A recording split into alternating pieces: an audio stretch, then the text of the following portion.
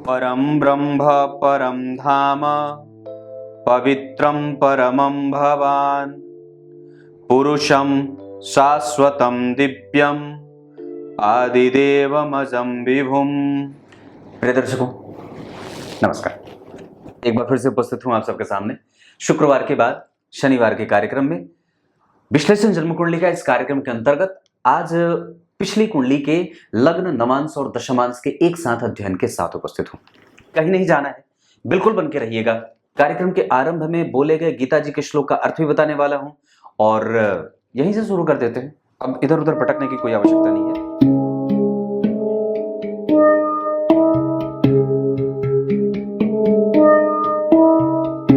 यही उठा लेते हैं। आइए, वृश्चिक लग्न की कुंडली बनी है। ये मैंने कल इसका 41 मिनट का कार्यक्रम आपको बना करके रखा हुआ है। आप कार्यक्रम संख्या, जो ये कार्यक्रम संख्या उससे ठीक पीछे और उसके ठीक पीछे वाले कार्यक्रम में जाकर के देख सकते हैं, जो 40 से 41 मिनट का है, जहां मैंने लग्न कुंडली के बारे में चर्चा करी थी। यहां कोई भी ग्रह चलित कुंडली में बदल नहीं रहे हैं और नक्षत्रों पे भी चर्चा कर रखी थी। और सूर्य से शुरू करते हैं फिर से कि कैसे वो ग्रह स्टैब्लिशमेंट में जा रहे हैं। तो सूर्य यहाँ पे वृषभ राशि में बैठे थे सप्तम भाव में, और यहाँ वो बैठे हैं अपने भाव से चतुर्थस्थ, और इन पे किसी भी शुभ ग्रह का कोई प्रभाव नहीं था। अपने परम मित्र के साथ बैठे और यहाँ पे वो अपनी राशि में आ जा रहे हैं। मतलब ध्यान से समझने की बात है, यहाँ पे ऊर्जा है, इस वजह से व्यक्तित्व में गर्माहट है। यहाँ पे व्यक्ति हठी, जिद्दी, गुस्सैल और क्रोधी हो सकता है। कई बार अपनी जिद पे अड़ जाए तो बात ही ना माने। इस वजह से आरंभ से ही व्यक्ति को विनय संपन्न बनाने के लिए सूर्य की आराधना करवाने की आवश्यकता है। ये बात सबसे पहले आवश्यक है। सूर्य को ठीक करने का उपाय, तांबे का कड़ा हाथ में धारण किया जा सकता है। रविवार को नमक या रात्रि में नमक बिल्कुल बंद कर दिया जाए, ऐसा संभव हो तो। और विनयशील बनाने के लिए मैं समझता हूं कि व्यक्ति को हमेशा ही ब्राह्मणों की सेवा, गाय की सेवा, सूर्य को अर्घ, रविवार को किसी भी तरीके से अगर हो सके तो आदित्य हृदय स्तोत्र का पाठ, या अगर ये भी ना हो सके तो आदित्याय नमः का जप। ये सब करने से व्यक्ति के जीवन में, सूर्य संतुलन के कारक है। अब जरा समझे, किसी भी व्यक्ति को क्रोध कब आए? जब वो असंतुलित हो। तो ये असंतुलन में जा सकते हैं क्योंकि ये वृषभ राशि में बैठे हैं और सप्तम भाव ये नीच का भाव है, इस कारण से। और यहाँ पे वो व्यक्ति के जीवन में व्यक्ति के पति को और व्यक्ति को खुद भी नौकरी लेने वाला बना देते हैं। जहां व्यक्ति का काम सरकार से, जैसे लॉ ऑफिसर बन जाए, किसी ऐसे क्षेत्र में विदेश से जाकर के डिग्रियां अर्जित कर ले, LLB आदि में आगे बढ़ जाए, तर्क वितर्क के क्षेत्र में आगे बढ़ जाए, क्रिमिनल लॉयर बन जाए, ऐसी स्थितियां बनती हैं। वहीं पे शुक्र और चंद्रमा, दाम्पत्य का सुख बहुत बढ़िया। यहाँ के अधिपति शनि जो है वो पीछे स्वग्रही और गुरु से केंद्र में, ये अच्छी बात होगी। जहां के अधिपति शनि वहीं बैठे और बुध नीच के हो जाने से संतान से दुख या संतति उत्पन्न होने में दिक्कत, इस वजह से गणेश जी के मंत्रों का जप एक वक्त पे कर लेना चाहिए, या संतान गोपाल मंत्र का जप कभी भी, या चतुर्थी का व्रत व्यक्ति कर सकता है। पर इनको सबसे ज्यादा जिस चीज की आवश्यकता है वो भोजन में नमक कम करने की आवश्यकता है, क्योंकि सबसे ज्यादा क्रोधी और सबसे ज्यादा उग्र और सबसे ज्यादा प्रामाणिक अगर कोई है तो वो साक्षात भगवान सूर्य नारायण है, और उनके आगे किसी की भी नहीं चलती है। तो इस वजह से हमें सबसे पहले उनको सूर्य को अर्घ देने के लिए बच्चे को आगे बढ़ाने की आवश्यकता है। क्लियर है? उन्हें रात में ज्यादा देर तक जागने मत दीजिए। समय पे जागना, समय पे सोना और नित्य नियम का पालन करना। ब्राह्मणों का आदर, गाय की सेवा, गाय को नारियल, गाय को तरबूज, गाय को पालक, गाय को गेहूं आदि, इन सब जो फल फूल आदि, इन सब चीजों से गाय को पूजित करके उन्हें अन्न दान करने से क्रोध शांत होता है। और किसी भी तरीके से मैं समझता हूं कि सूर्य से ज्यादा क्रोधित कोई नहीं है और उनसे ज्यादा ठंडा कोई नहीं है। तो इस वजह से मैं समझता हूं कि इनकी उपासना आवश्यक है। और वृश्चिक लग्न की कुंडली में ऐसा करने से सबसे पहले तो जातिका के पिता के साथ संबंध अच्छे होंगे, और दूसरे नंबर पर पिता का व्यवहार, पिता का व्यापार, पिता का कर्म क्षेत्र, पिता का सुख, और वो स्वयं भी अपने लिए बेहतरीन फलों का निर्धारण या निर्माण करने वाली हो जाएंगी। चंद्रमा जन्म कुंडली में भाग्य के अधिपति अष्टम में बैठे। अष्टम के चंद्रमा छोटी मोटी परेशानियां, छोटी छोटी बातों को बड़ा बतंगड़ बना देना, इशू क्रिएट कर देना, ऐसा बना देते हैं। छोटी छोटी परेशानी हमेशा लगी रहती है। इस वजह से बहुत ज़्यादा किसी भी बात को पकड़ करके रखना नहीं है, लेट गो करके आगे बढ़ जाना है। ये जीवन भर के लिए मैं बात बोल रहा हूँ। आपकी ये समस्या होगी कि कई बार आप चीज़ों पे अटक जाते हैं, आपकी सुई वहीं अटकी रहती है। जो चीज़ पसंद आ गई वही चाहिए, जो चीज़ कहना है वही कहना है, जो चीज़ करना है वही करना है। ये हठी और जिद्दी, ये सूर्य और मंगल के कारण हो रहा है। कई बार व्यक्ति विवाह से इनकार करे, कई बार व्यक्ति ये ना करूं, ये ना करूं, ऐसे भाव विकसित होते हैं। और किसी भी चीज को जो डायरेक्शन मिलता है वो सूर्य और चंद्रमा से ही मिलता है। तो आपकी कुंडली में तो लग्नेश बलवान बना रहे हैं लग्न को, तो व्यक्तित्व जो है वो बिल्कुल ही बृहद हो गया। अब वो डिल डोल ना करे और उसमें सूर्य की गर्मी समा गई, इस कारण से ऐसा होता है। और स्वभाव भाव में इतने सारे ग्रहों का प्रभाव, तो सारे के सारे शुभ ग्रह अष्टम भाव में, इस वजह से किसी भी एक मैनर पे व्यक्ति टिकता ही नहीं है, या कई बार वो टिक जाए तो हिले नहीं। तो इसमें बैलेंस की आवश्यकता है कि हमें जरूरत के हिसाब से अपने आप को मैनेज कैसे करना है। मेन काम यहां पे करने की आवश्यकता है, जहां खुद पे काम करने की आवश्यकता है। चंद्रमा और शुक्र पति सुंदर पति सुंदर, ये चीजें बनती हैं। यहां शनि बैठे हैं स्वग्रही, बुध नीच के, इस वजह से कई बार व्यक्ति को वो प्रेम, वो दुलार, वो लाड, वो चीजें मिल जाती हैं कई बार बहुत ज्यादा, जिससे बच्चा बिगड़ जाता है। ऐसी भी चीजें कई बार होती हैं। यहीं पे अगर आप देखें तो ये चंद्रमा नवांश कुंडली में 12वें नीच के हो रहे हैं, यहाँ पे 8वें बैठे हैं, और यहाँ पे वो चंद्रमा जो है वो चतुर्थ में बैठे हैं। दाम्पत्य के लिए ये चंद्रमा ठीक होंगे, क्योंकि वो भाग्य और वर्गोत्तम लग्न की कुंडली है। देखिए यहाँ भी 8 नंबर लिखा है, लग्न कुंडली में भी 8 नंबर लग्न में लिखा, और नवांश कुंडली में भी 8 नंबर लग्न में लिखा, और दशमांश कुंडली में भी 9 नंबर कुंडली में लिखी। यानी कि ये तीनों ही भाव के अधिपति परस्पर मित्र होते हैं। यहाँ जहां पे लग्न और नवांश के अधिपति तो मंगल ही हैं, और धनु लग्न की कुंडली के तो मंगल यहाँ भी अच्छे होते हैं, पर वस्तुतः वो व्यक्ति को कई बार दकियानुष बना देते हैं, जहां व्यक्ति कई बार साहस को छोड़ करके डरपोक सा होने लगता है। क्योंकि यहाँ भी मंगल वृषभ के बैठ रहे हैं, यहाँ भी मंगल वृषभ के बैठ रहे हैं, गुरु यहाँ शत्रु की राशि में, यहाँ सूर्य हर जगह अच्छे बैठे हैं, यहाँ भी सूर्य अच्छे बैठे हैं। लग्न और बुध का संबंध व्यक्ति को व्यापारिक दृष्टिकोण का, या व्यापारिक या वाणी से बोल करके, कम्युनिकेशन से युक्त होकर के, कम्युनिकेटिव माइंडसेट का होकर के धन कमा लेता है और अपना कारोबार विकसित कर लेता है। जहां सबसे ज्यादा व्यक्ति जो है वो फाइनेंस के क्षेत्र में काम करे या लॉ के क्षेत्र में काम करे तो ज्यादा बेटर होगा। क्लियर है। मंगल वृश्चिक लग्न की कुंडली के लिए लग्न और अष्टम के अधिपति, यहाँ दशम सप्तम में बैठ करके दशम पे दृष्टि, बहुत अच्छी बात है। लग्न पे दृष्टि बहुत अच्छी बात है, धन भाव पे दृष्टि बहुत अच्छी बात है। वहीं यहाँ पे अगर देखते हैं तो वो स्वग्रही हो रहे हैं, और यही यहाँ पे अष्टम भाव में जा रहे हैं, जिसके छठे भाव में जा रहे हैं, जिसके कारण यहाँ भी देखिए पंचम भाव के जो अधिपति हैं वो नवांश कुंडली में वो गुरु 12वें जा रहे थे, यहाँ भी पंचम भाव के जो अधिपति हैं मंगल वो 2 स्थान में जा रहे हैं। इस कारण से कई बार हमें ये वजह बनेगी कि कई बार संतति से मनमुटाव हो जाए या कई बार संतति से दूर हो जाए। इस कारण से आपको अपने ये जातिका जो है इनको अपने संतति से प्रेम करने की आवश्यकता होगी। संतान उत्पत्ति में समुचित समय का इस्तेमाल करना होगा, और समुचित गर्भाधान संस्कार पे बहुत ही अच्छे तरीके से विचार करने की आवश्यकता होगी। क्लियर है। गाय की सेवा इस कुंडली के लिए सर्वोत्तम उपाय हो सकती है। ये चंद्रमा थे, मंगल थे। मंगल जो जन्म कुंडली में यहाँ पे देखें तो मंगल की चौथी दृष्टि नीच की पड़ रही है, इस वजह से कई बार भाग्य को कमजोरी मिलेगी। वहीं मंगल की 7वीं दृष्टि यहाँ भी है, जहाँ पे व्यक्ति को वाणी से संबंधित और कई बार 2 लोगों को मिला करके और उनके बारे में लड़ करके, उनके बारे में अपनी दलीलें पेश करके जीत हासिल करने वाला। और यहाँ पे मंगल की दृष्टि यहाँ भी बन रही है, इस वजह से व्यक्ति के जीवन में कई बार पेट से संबंधित बीमारियां भी देखने को मिल जाती हैं। यही कारण है कि व्यक्ति को भोजन पे विशेषतया नियंत्रण रखने की आवश्यकता होगी, नहीं तो कई बार वजन बढ़ने की शिकायतें भी देखने को मिल जाती हैं एक उम्र के बाद। क्लियर है। मंगल यहाँ पे जो बैठे हैं वहां भी अष्टम भाव में, छठे भाव में बैठे हैं, 2 स्थान में बैठे हैं, ये पंचमेश होकर के, तो कई बार वो रिकॉग्निशन नहीं मिलती है जिसके लिए व्यक्ति मेहनत करता है। मतलब आपको ये काम करना होगा कि आरंभ से ही एकदम टारगेट फिक्स करना है, और उसको अचीव करने के लिए आपको मेहनत करने की आवश्यकता है। क्योंकि मंगल अगर अष्टम में, छठे में, 12वें में बैठ रहे हैं, इसका मतलब है कि वो मेहनत आपसे चुराएंगे और वक्त पे कई बार वो दगा दे जाएंगे। इस कारण से बजरंगबली के मंदिर का दर्शन अवश्य कर लेना चाहिए। शिव जी के मंदिर को धोने से भी क्रोध की शांति होती है। शिव जी का दर्शन, शिव जी को सफेद पुष्प की माला आदि चीजें अर्पित करने से, दही वगैरह अर्पित करने से, दूध जल आदि अर्पित करने से व्यक्ति के क्रोध में शांति मिल जाती है और व्यक्ति बिल्कुल ही सॉफ्ट टारगेट के साथ आगे बढ़ता है। क्लियर है। कभी भी अपने धर्म का अनादर न करिए, हमेशा अपने जीवन में धर्म को समाहित करके रखिए। कभी भी किसी भी तरीके से धर्म पे आक्षेप ना करिए और अपने संस्कृति और अपने सभ्यता पे गर्व करने का प्रयास करिए।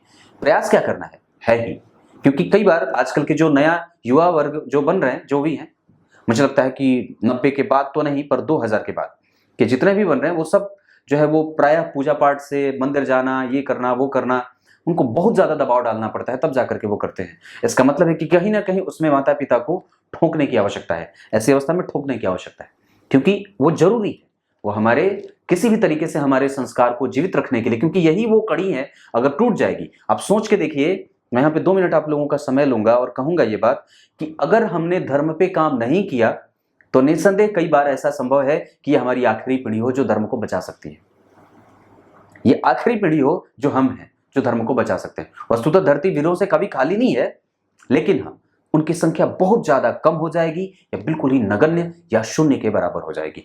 ये व्यक्ति कई बार अकेला रहने वाला हो सकता है, न्यूक्लियर फैमिली पे भरोसा ज्यादा करने वाला हो सकता है। इस वजह से इनको यह सिखाने की आवश्यकता होगी कि नहीं, सामूहिक परिवार की एक अलग परिभाषा होती है जिस पे काम करने की आवश्यकता है। आप कभी भी ऐसे क्षेत्रों में काम नहीं कर सकते, किसी को भी ऐसे उकसा नहीं सकते कि आप, जैसे कई बार आजकल की पत्नियां जो होती हैं वो पति का जो है वो कान भर भर भर भर भर भर के अलग हो जाती है, और उनको ऐसा कई बार करना पड़ता है कि वृद्धाश्रम में आप जाकर के देखें तो कितने ही माता पिता वृद्धाश्रम में पड़े हुए हैं।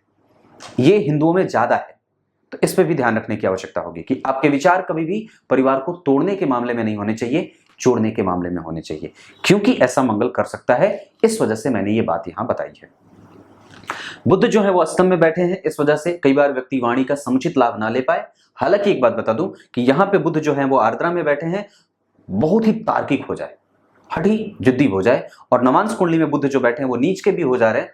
इस कारण से कई बार व्यक्ति का जो रिसर्च वाला क्षेत्र है वो कभी कभी बुद्ध की दशा में प्रभावित होते देखा जा रहा है, और ये दरिद्र दोष भी पैदा करता है, क्योंकि एकादशवें के अधिपति होकर के कुंडली में, जैसे आपको एक बात समझाऊं कि अगर जन्म कुंडली के एकादशवें भाव के अधिपति अष्टम में, 12वें में बैठ रहे हो या 6वें में बैठ रहे हो, तो ये दारिद्र दोष या निर्भाग्य योग बना देते हैं। जैसे भाग्य भाव के अधिपति का अष्टम में बैठना निर्भाग्य योग हो जाता है, जहां व्यक्ति अपने से, कई बार मैंने इतनी सारी भाषणबाजी क्यों करी है धर्म और अध्यात्म और ये संस्कारों के ऊपर, क्योंकि ये योग बना देते हैं।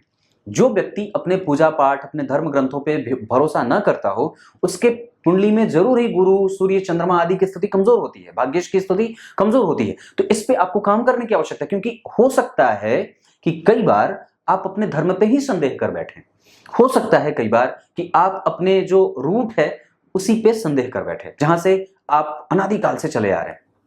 तो ये समझने की बात है, इस पे काम करने की आवश्यकता है। जहां मंदिर जाना, मंदिर देवता की सफाई करना, गाय की सेवा करना, ब्राह्मणों की सेवा करना, माता पिता का आदर, उनका सत्कार, उनके बारे में सोचना, उनके बारे में विचार करना, उनकी बात मानना, ये सारी चीजें आपके जीवन में, आपके जीवन को आगे बढ़ाने वाली साबित हो सकती हैं। क्लियर है? बुद्ध के बारे में चर्चा मैंने करी। यहां बुद्ध आपकी कुंडली में लॉ ऑफिसर वाली बात याद रहेगी। गुरु जो है वो वृश्चिक लग्न की कुंडली के लिए धन और पंचम के अधिपति, और जन्म कुंडली में बैठे हैं कहां? अष्टम भाव में। ऐसी स्थिति में कि गुरु जो है वो 2 डिग्री के हैं, कमजोर हैं, इस कारण से व्यक्ति में नैतिक तत्वों की कमी हो जाती है, और कई बार वो पूजा पाठ, धर्म, इन सब चीजों पे रुक जाता है जाकर के, या कई बार उसमें मोरल वैल्यू की कमजोरी देखी जाती है, या कई बार उसको जो अंक प्राप्त करना चाहिए वो प्राप्त नहीं होता, या कई बार जिस विषय पे फोकस करने की आवश्यकता है वो नहीं हो पाता, या कई बार वो जो प्रभाव होता है बड़ों का, जो आशीर्वाद मिलने का, वो नहीं मिल पाता है। ऐसी स्थितियां कई बार देखने को मिल रही हैं। मतलब इसका मतलब है कि हमें पूर्वजों के आशीर्वाद की आवश्यकता है, उनको बांध करके रखने की आवश्यकता है, न कि उन्हें छोड़ने की। गुरु अष्टम भाव में 2 डिग्री के और बैठे हैं मृगशिरा नक्षत्र में। रक्त जनित समस्याएं कई बार होती हैं, पेट से संबंधित समस्याएं होती हैं, गैस्ट्रिक पेशेंट और वात, पित्त, कफ आदि इन सब चीजों पे कंट्रोल व्यक्ति का नहीं होता है। इस वजह से आयुर्वेदिक उपचार करने की आवश्यकता विशेषतया है। होम्योपैथिक वगैरह भी आपको सूट कर जाएगा, ये चीजें होती हैं। गुरु की दृष्टि के बारे में मैंने कल चर्चा करी थी। यहां पे अगर देखें तो गुरु की 5वीं दृष्टि चंद्रमा और शुक्र को देख रही है। इस वजह से दाम्पत्य बिल्कुल भी खराब नहीं है, दाम्पत्य ठीक है, क्योंकि वस्तुतः 3रे भाव में शनि बैठे हैं, ये बिगड़ने नहीं देंगे। गुरु की 7वीं दृष्टि मंगल और राहु पे, इस कारण से जो है वो किसी भी तरीके से अगर हो सके तो जीवन में धर्म को जरूर ही शामिल करके रखना होगा। यहां भी नवांश कुंडली में गुरु जो है वो शत्रुग्रही हो रहे हैं, लेकिन लग्न को देख रहे हैं और परिवर्तन में है। इस वजह से धन का आगमन, धन का लेन देन, इंपोर्ट एक्सपोर्ट का काम, और अपने प्रभावों से व्यक्ति सामने वाले को प्रभावित करके धन कमा लेता है और प्रत्येक दिन कुछ ना कुछ इनकम जनरेट कर लेता है। ये गुरु की बात थी। शुक्र जन्म कुंडली में सप्तम के अधिपति अष्टम में बैठे। हालांकि सप्तम भाव के अधिपति का अष्टम में बैठना ठीक नहीं माना जाता, पर फिर भी वो वहां गुरु के साथ बैठे हैं और अष्टम भाव के अधिपति के साथ बैठे हैं और भाग्येश के साथ बैठे हैं, तो पॉजिटिव रहेगा। वहां पे कमजोरी वाली बात बहुत कम रहेगी, क्योंकि उस भाव का अधिपति अगर वहां बैठा है तो उसे किसी भी तरीके का छेड़छाड़ या किसी भी तरीके का अल्हड़पन उस भाव में नहीं होगा। वस्तुतः वहां पे राहु की दृष्टि भी जाएगी तो खराब नहीं होगी, क्योंकि वहां पे ग्रह पहले से बैठा है और किसी भी तरीके से वहां पे मैं विशेष कमजोरी नहीं देख रहा।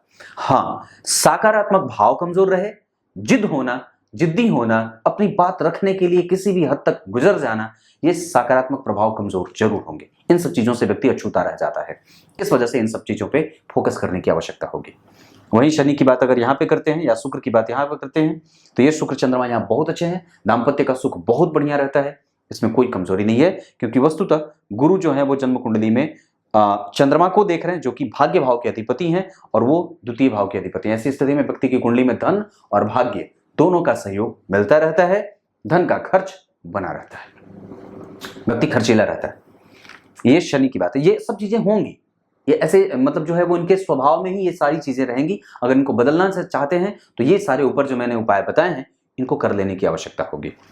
इनके वजन के बराबर कई बार तुला दान वगैरह भी कर सकते हैं, ये काम भी बनता है। मीठे रस से भगवान शिव का अभिषेक इनसे करवा सकते हैं, ये सारी चीजें करवा सकते हैं, ये चीजें हो सकती हैं, तो बड़ी अच्छी बात है। शनि जो है वो इस कुंडली के लिए अच्छे नहीं होते। चतुर्थ और पंचम तृतीय के अधिपति, यहाँ पे भी वही भाव लेकिन स्वग्रही हैं।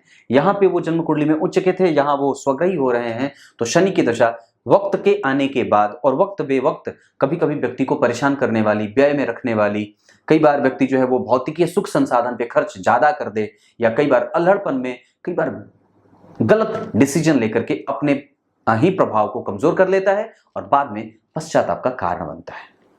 ये चीजें हो सकती हैं। दशमांश कुंडली में शनि जो बैठे हैं स्वग्रही हैं, धन आएगा, जो भी व्यक्ति काम करेगा उससे संतुलन भी बनेगा और उससे धन आएगा भी।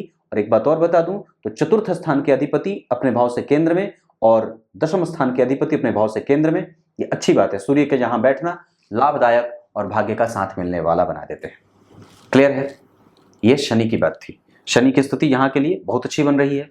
राहु और केतु के बारे में मैंने कल चर्चा करी थी। अब एक बात और बताता हूं, होरा कुंडली जो बन रही है इनकी कुंडली में, उसके आधार पर जो बात बन रही है, या फिर मैं टोटल तरीके से अगर देखूं तो व्यक्ति की कुंडली में संतान का सुख है और बहुत अच्छा है। मतलब संतति की जो समस्या है वो देखे जा रहे हैं, संतति की समस्या जरूर है, पर ऐसा नहीं कि व्यक्ति संतान का मालिक नहीं होगा, संतान का मालिक होगा, ये बात गारंटी है।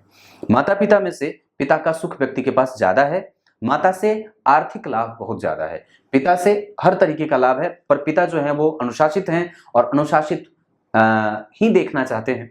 इस वजह से पिता के साथ कई बार कानाफूसी हो सकती है। वाहन वगैरह का सुख इनकी कुंडली में बेहतर होगा, इसमें कोई समस्या नहीं है। गुरु नीच के हैं, इस वजह से थोड़े विलंब से बन सकते हैं, ऐसी स्थितियां मिल रही हैं। वस्तुतः आपकी कुंडली में, आपकी कुंडली का भाग्य बहुत अच्छा है। आपकी कुंडली में आपकी कुंडली का जो एक कर्म पे फोकस करना और पंक्चुअल होना, वो आपकी कुंडली को आवश्यक बना रहा है और निश्चित रूप से उस पर काम करने की आवश्यकता बन सकती है। गुरु, शनि और सूर्य, इनकी दशाएं आपके जीवन में बड़े लार्ज स्केल पे आपको सफल बना सकती हैं और उसमें सफलता ज्यादा अच्छी मिल सकती है। हो सकता है उसमें मेहनत ज्यादा करनी पड़े, पर वो चीजें ठीक रहेंगी। बाकी के जितने ग्रह हैं जैसे शुक्र, चंद्रमा, बुध, राहु, केतु और मंगल, ये नॉर्मल जाने वाले हैं। इनमें बहुत ज्यादा व्यक्ति को परेशान नहीं होना पड़ता है और उसकी जो छवि है वो साफ बनती है, स्पष्ट बनती है और वो कई बार बहुत आसानी से उन दशाओं को पार कर जाता है बिना किसी लाग लपेट के। ये स्थिति आपकी कुंडली में बनती है। अब एक बार आपकी कुंडली में मैं अष्टक वर्ग पे चर्चा कर लेता हूं। आपने गौर नहीं किया, इनकी कुंडली में जितनी भी स्थिति बन रही है उसमें से सबसे अच्छी जो बात बन रही है, उसमें सबसे बढ़िया ग्रह जो बन रहा है इनकी कुंडली में, वो बुध की स्थिति बन रही है और वो होगी भी। उसके बाद अगर लग्न को देखें तो लग्न भी खराब नहीं है, लग्न भी ठीक बने हैं, पर सबसे ज्यादा बुध और सबसे बढ़िया गुरु, ये दोनों ग्रह आपकी कुंडली में हमेशा ही अच्छे परिणाम देते देखे जा रहे हैं, चाहे वो किसी भी दशा काल में रहे। क्लियर है? मैंने बाकी चीजें कल भी बता रखी थी, आज भी इतनी सारी चीजें बता दी। इस कुंडली में कमजोरी क्या हो सकती है, अब इसको ढूंढ के बताता हूं। इस कुंडली में कमजोरी है राहु का 12वें जाना, जो व्यक्ति को कई बार झगड़ालू बना सकता है या हठी जिद्दी बना सकता है। कमजोरी है मंगल और सूर्य का लग्न को देखना, ये दूसरी कमजोरी हो सकती है। तीसरे नंबर पे अगर बात करूं तो गुरु का अष्टम में जाना और 2 डिग्री का बैठना और साथ ही साथ मृगशिरा नक्षत्र में बैठना, ये थोड़ी सी कमजोरी स्वास्थ्य के लेवल पे हो सकती है। चौथे नंबर पे कमजोरी कि जन्म कुंडली में यहाँ पे विषम संख्या की राशि बनी है और केतु यहाँ बैठे हैं, ये 5वीं कमजोरी हो सकती है, जो व्यक्ति को कई बार डिफीट करा देती है, मतलब हारने वाला बना देती है। इस वजह से कई बार आपको पूरी तैयारी के साथ किसी भी परीक्षा में बैठना चाहिए। आप कभी भी ये नहीं कह सकते कि मेरा ये विषय बहुत अच्छा है, मुझे इस पे मेहनत करने की कोई आवश्यकता नहीं है। आप ऐसा नहीं कर सकते, क्योंकि जो विषय पे आपको लगे कि मेरा ये जो सब्जेक्ट है वो बहुत अच्छा है, कई बार उससे सवाल आते हैं और आप वहीं उलझ के फंस जाते हैं, वही आपको हारना पड़ता है। ये चीज़ें, इसलिए किसी भी विषय को आप कमजोर ना समझें और किसी भी विषय पे अपना जो है वो ध्यान, उसको एनालाइज करने की स्थिति हमेशा बनते रहने की स्थिति है, क्योंकि केतु कई बार कंफ्यूजन में डाल देते हैं। ये बात बन रही है। कुछ इसी तरीके से आज की कार्यक्रम का समापन करते हैं। तब तक के लिए इजाजत दीजिए, कल एक बार फिर से उपस्थित होंगे। कार्यक्रम के आरंभ में बोले गए गीता जी के श्लोक का अर्थ बता देता हूँ। गीता जी के 10वें अध्याय के 12वें श्लोक में भगवान ने बात कही है, और भगवान ने नहीं, यहाँ अर्जुन ने बात कही है। इतनी सारी व्याख्यान के बाद अर्जुन ने बात कही, परम धाम, परम ज्ञान, परम पवित्र, शाश्वत, विभु, जिसको कभी जीता ना जा सके और जिसको जीतना बिल्कुल ही आसान है, वो सब आप ही हैं प्रभु, सब आप ही हैं। और वो सच में है। कुछ इसी तरीके से आज के कार्यक्रम का समापन करते हैं। तब तक के लिए इजाजत दीजिए, कल एक बार फिर से उपस्थित होंगे आप सबके सामने। सुबह का कार्यक्रम जरूर देख लीजिएगा, शनि वाले कार्यक्रम को जरूर देखिएगा, संस्कार के कार्यक्रम अवश्य देखा करिए, उपाय वाले कार्यक्रम जाकर के प्लेलिस्ट में चेक करिए। तब तक के लिए बहुत बहुत नमस्कार।